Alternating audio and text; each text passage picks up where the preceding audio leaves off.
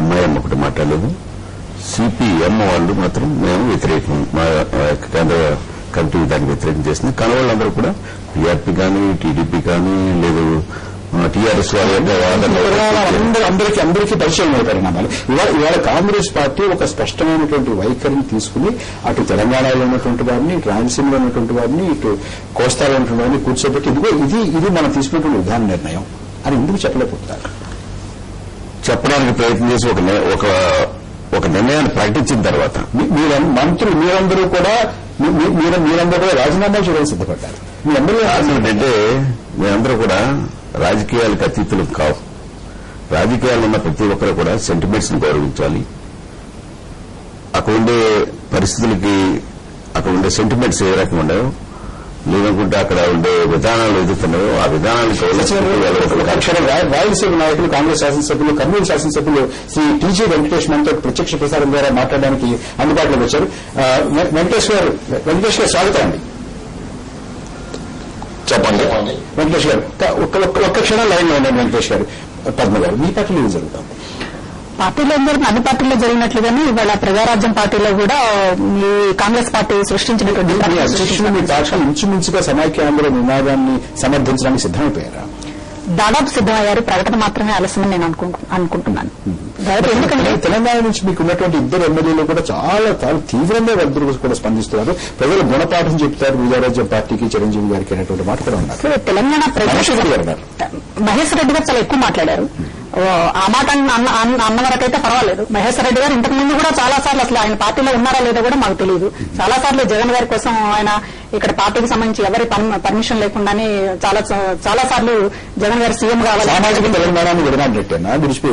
సామాజిక తెలంగాణ ఇవాళ అన్ని పార్టీలు ప్రజారాజ్యం పార్టీ ఏర్పడినప్పటికీ తెలంగాణకు అనుకూలంగా అన్ని పార్టీలు నిర్ణయం తీసుకున్నాయి. దాదాపుగా కాంగ్రెస్ పార్టీ స్పష్టంగా మేనిఫెస్టోలో చెప్పిందా చెప్పలేదని కాకపోయినప్పటికీ టీఆర్ఎస్ తో పొత్తు పెట్టుకోవడం అంటేనే తెలంగాణకి అనుకూలంగా కాంగ్రెస్ పార్టీ నిర్ణయం తీసుకున్నట్లు. ఇవాళ సమైక్యాంధ్ర కట్టుబడి ఉంది అని కాంగ్రెస్ పార్టీ చెప్పిందన్న అర్థం లేదు. కానీ 2009లో మేము టీఆర్ఎస్ లో పొత్తు పెట్టుకోలేదన్నా మీరు కూడా గమనించాలి. పొత్తు పెట్టుకోలేదు, కానీ పార్లమెంట్ లో ఒకసారి తెలంగాణకు అనుకూలంగా ఉన్నట్లు ఒక సంకేతం ఇచ్చిన తర్వాత Congress party principle ready for creation of Telangana అందులో అసెంబ్లీలో ఉన్న మాట. అందువల్ల అన్ని పార్టీలు తెలంగాణకు అనుకూలంగా అన్ని పార్టీలు తీసుకున్న తర్వాత ప్రజారాజ్యం పార్టీ కరెక్ట్ గా ఎన్నికల ముందు ప్రజారాజ్యం పార్టీ ఏర్పడింది. ఎన్నికల ముందు ఏర్పడినప్పుడు తెలంగాణలో ఆ రోజు భావోద్వేగాలు చాలా ఎక్కువగా ఉన్నాయి తెలంగాణకు సంబంధించి వచ్చినప్పుడు. కాబట్టి ప్రత్యేక రాష్ట్రం అన్ని పార్టీలు అంగీకరించి ఉన్నాయి. మేము కూడా ప్రజల అభిప్రాయం పూర్తిగా తెలుసుకునేటటువంటి వ్యవధి కూడా లేకుండా పోయింది ఆ సమయంలో. ఇవాళ మీ పార్టీకి సంబంధించినటువంటి తెలంగాణ నుంచి ఉన్నటువంటి జిల్లా అధ్యక్షులు లేకపోతే అక్కడ ఉన్నటువంటి ఇతర నాయకులు అందరూ కూడా మీ మీద బాగా ఒత్తిడి చేస్తున్నారు. సమైక్యవాదంలోకి వెళ్లొద్దు అనేటువంటి మాట చాలా స్పష్టంగా చెప్తారు. వాళ్ళ మాట వినిపించుకునేటువంటి అవకాశం లేదంటారు. అంటే ఇవాళ ఒకటండి, ఇవాళ దేశంలో ఎప్పుడు కూడా విడిపోవడానికి ఉద్యమాలు జరిగినాయి కానీ కలిసి ఉండాలని ఉద్యమాలు జరగలేదు. ఇది మొట్టమొదటిసారి. ఈ కలిసి ఉండడం అనేటటువంటి ప్రిన్సిపల్ ఎవరు చేసినప్పటికీ కూడా అందులో న్యాయ అన్యాయాలు ఎంత ఉన్నాయనేటటువంటి అయినప్పటికీ కూడా ఇవాళ తెలుగు ప్రజల మొత్తం కూడా తెలుగు జాతికి సంబంధించి కానీ తెలుగు ప్రజల గౌరవం కానీ లేకపోతే గుర్తింపు కోసం కానీ. వెంకటేష్ గారు, మీ పార్టీ నిలువునా చీలిపోయింది ఈ విషయం మీద.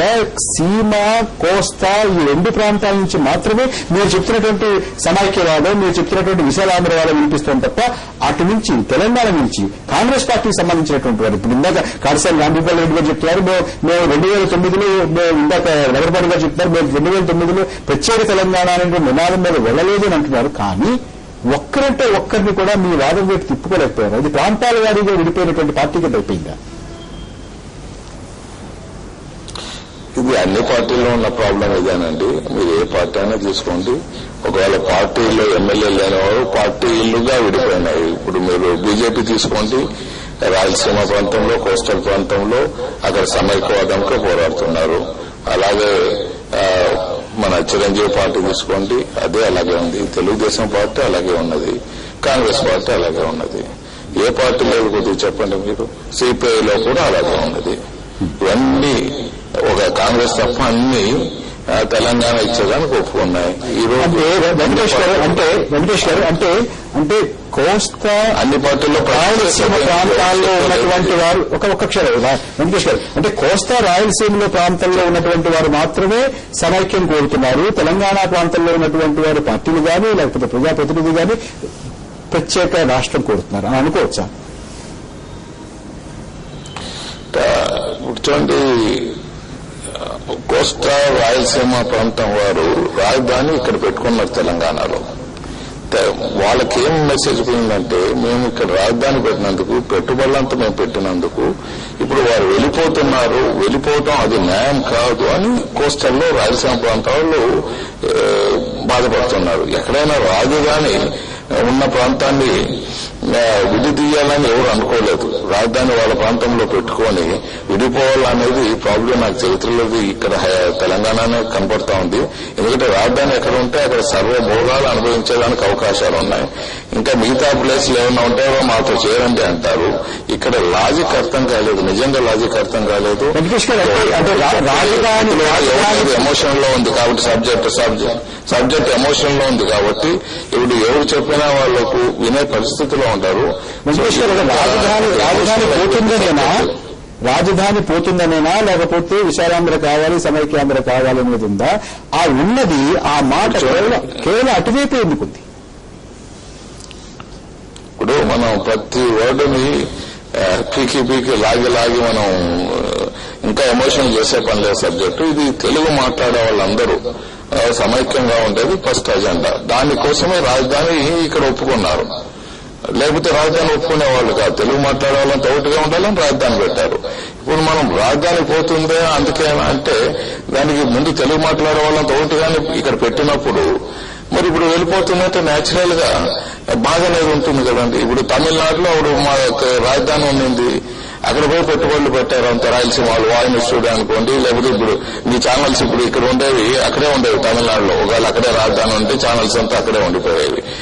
హోటల్స్ కానీ ఇండస్ట్రీస్ కానీ మా పెట్టుబడులంతా అక్కడ ఉన్నాయి. ఇప్పుడు మళ్ళీ ఇక్కడ రాయలసీమ వాళ్ళు, కోస్టల్ వాళ్ళు ఇక్కడ పెట్టుబడులు పెట్టారు రాజధాని ఉన్నందుకు. రాజధాని ఇచ్చిందెందుకు? తెలుగు మాట్లాడే వాళ్ళంతా ఉండాలి కాబట్టి ఇక్కడ రాజధాని ఒప్పుకున్నారు. లేకపోతే మా ప్రాంతంలో రాజధాని పెట్టేవాళ్ళం. ఎవరు ఒప్పుకుంటారు? ఏ పిచ్చోడైనా ఒప్పుకుంటారంటే రేపు పొద్దున ఇట్లా విడిపోతుంది అనుకునేది. అట్లయితే ఆ రోజు రంగారెడ్డి గారు అనుకుంటారు ముఖ్యమంత్రి ఉన్నారు తెలంగాణలో, ఆయన ఒప్పందం ప్రకారమే వచ్చినారు. ఊరికే వచ్చి ఇక్కడ జాయిన్ కాలేదు. ఒక ఒప్పందం కుదిరినాకే ఆయన భయపడి ఇచ్చి లేకపోతే షూట్ చేస్తామని చెప్పి తెలంగాణలో సమైక్యత రాలేదు ఆ రోజు. అంతా ఒక పెద్దల ఒప్పందం. మా ఎల్డర్స్ ఒప్పుకున్నారు, వాళ్ళు ఒప్పుకున్నారు, అందరూ ఒప్పందం ప్రకారం ఇక్కడికి రావడం జరిగిందండి. వెంకటేష్ గారు మాతో చర్చలో పాల్గొనేందుకు ధన్యవాదాలు. ఇప్పుడు చిన్న విరామం తీసుకుందాం. విరామం తర్వాత మన చర్చను కొనసాగించుకుందాం.